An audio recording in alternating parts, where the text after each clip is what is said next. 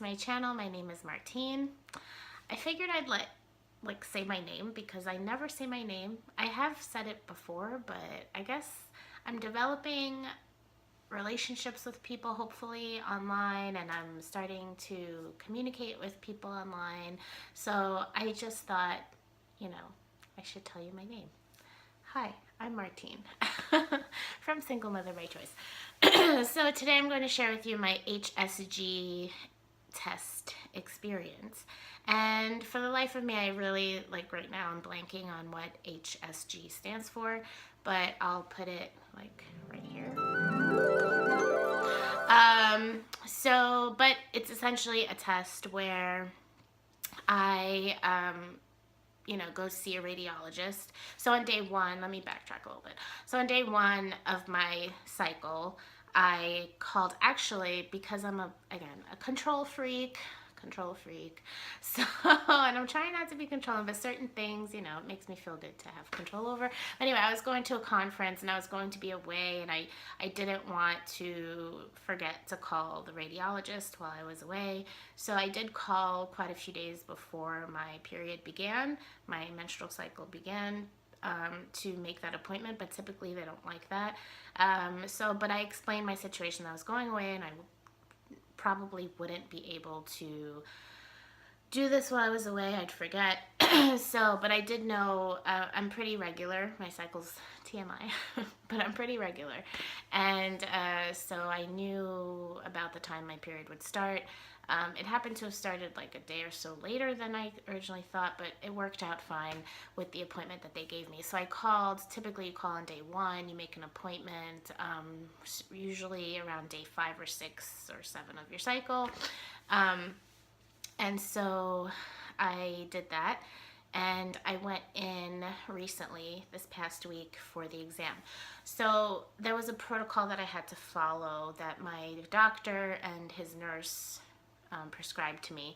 And so essentially I had to take 4 days of doxycycline, so two, which is an antibiotic. So 2 days before the exam, they told me to start taking doxycycline. I had to take it twice a day by mouth, 1 pill twice a day by mouth.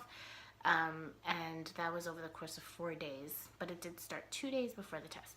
And then that's to prevent, and the reason for that is to, according to my doctor, gosh, freaking allergies. Excuse me. Really annoying. Pardonnez-moi. Okay, so the reason for the doxycycline is, according to my doctor, to avoid any kind of bacterial infections, and I'll tell you how that might happen in a minute. So anyway, started taking those rounds of antibiotics, and then I was told that on the day of the test, 2 hours before, to take 2 ibuprofen, and then 1 hour before to take another 2 ibuprofen. And that alone kind of made me worried, but I did not, research this exam before I went in. And I did that because I didn't want to overthink it. I didn't want to question what was happening. I'm trying to just go with the flow. I'm trying to just trust that my doctor knows what he's doing. So I did it. He explained it to me. The nurse explained it to me. They gave me some literature about it. So I did read a little bit about it and why it's done. So I had some knowledge, but I didn't go too in depth in what was happening or what would happen that day.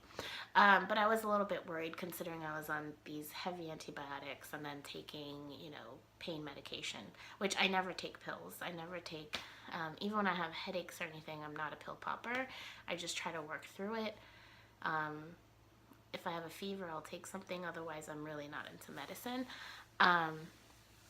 So fast forward. So the day of, I did exactly that. I, did what they asked me to do. And I was nervous about it because I'm, meeting this radiologist for the first time with legs up, It's a little bit embarrassing. But he made it so, not awkward. This radiologist was really, really funny, and made the whole situation a lot less uncomfortable. and he was really great. So the procedure, how it works, you go in, you lay flat on a table, like a table when you go get a CAT scan or MRI or something. So you lay down. There are two pegs at the end of the table that work similar to the stirrups that you have at your gynecologist's office.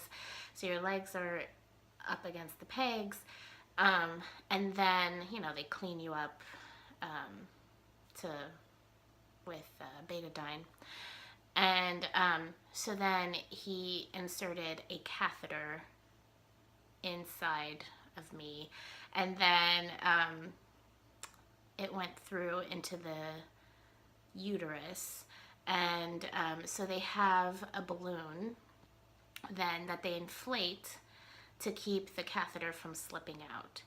And then at the end of the catheter, they inject contrast. They inject contrast so that they're able to scan your ovaries and your uterus to see if there's anything blocking the regular function of those organs. And so right away he turned the screen around. He's like, you can see right now, like, I'll share with you your results. You'll have them in like 2 minutes. So he had me do some turns and whatnot, and everything was clear. He's like, you're all clear, which was like, yes, all clear. So that was great. He's like, I just gave you a tune-up. You're all good to go. So yeah, so that's great. And I'm glad. I was worried because the doctors, my doctor's office said that it would take up to 10 days to get the results back, and I was afraid that that would mean I'd miss my window of opportunity, and I wouldn't want to proceed if there was something wrong, because it ain't cheap, okay? Even though I do have some of this covered with insurance, it's still not cheap. So if you want a video about the cost, let me know. I'll break it down. But it's still not cheap. It's not inexpensive. So I was happy that everything was all clear, and that gave me the go-ahead for insemination. And that was it. I mean, my experience was really actually great, because considering, the situation, it was actually pretty stress-free, partially because of this doctor, this radiologist, who was amazing and really made me feel very comfortable, and he was done in 5 minutes. Professional, been doing it forever, awesome. So it was great because of him, but it was also great because I think because of what my doctor prescribed to me. So I think that protocol of taking the 2 ibuprofen 2 hours before and then 2 more 1 hour before really sort of helped with any discomfort. When the balloon was inflated, I felt nothing. He's like, okay, you're good. And I'm like, what? The balloon's inflated? I didn't even feel that. The only part that I did sort of feel, there were 2 times that I felt something. So when the catheter first went in, it felt sort of like, not painful, but sort of felt like someone was scratching you on the inside a little bit, or like just scraping you a little bit, but it wasn't painful. It just felt like a light scratch, like a fingernail. And then the second part was afterwards. Well, I guess there was another part too, but anyway, second part that was somewhat uncomfortable was at the end when he finished. Actually, I got a little bit of cramping, but it kind of is like period cramps, like when you first start to get your period, your uterus sort of contracts. It kind of felt a little bit like that, and it didn't last. And the last part that was sort of uncomfortable but not painful was after the exam. You have to be careful not to stand up right away, so they give you these big pads that they call chucks that are very absorbent, and you have to sort of keep it between your legs, because then the contrast starts to leak out. And so that was uncomfortable, because then I had to make my way from the table to the bathroom with this chuck between my legs. Kind of comical. Kind of funny. But that was uncomfortable, but not like, nothing I couldn't handle. So, but I have heard other people. For example, from Chasing Joy, I haven't watched that particular video, but there was a video she uploaded not too long ago where she talked about her HSG and how it was painful for her. And I just wonder, you know, if what my doctor and the nurse prescribed to me, like that protocol was, you know, it helped with that pain. Because it was nothing for me. I don't know. Everyone's different. I also have a high threshold for pain, but I honestly it wasn't painful. It really wasn't. So, I don't know. It was good. I mean, not good. It was fine. I came away fine. So, anyway, that's my HSG experience. If you have any questions or comments, please leave them down below. I always love speaking to you and love hearing from you, of course.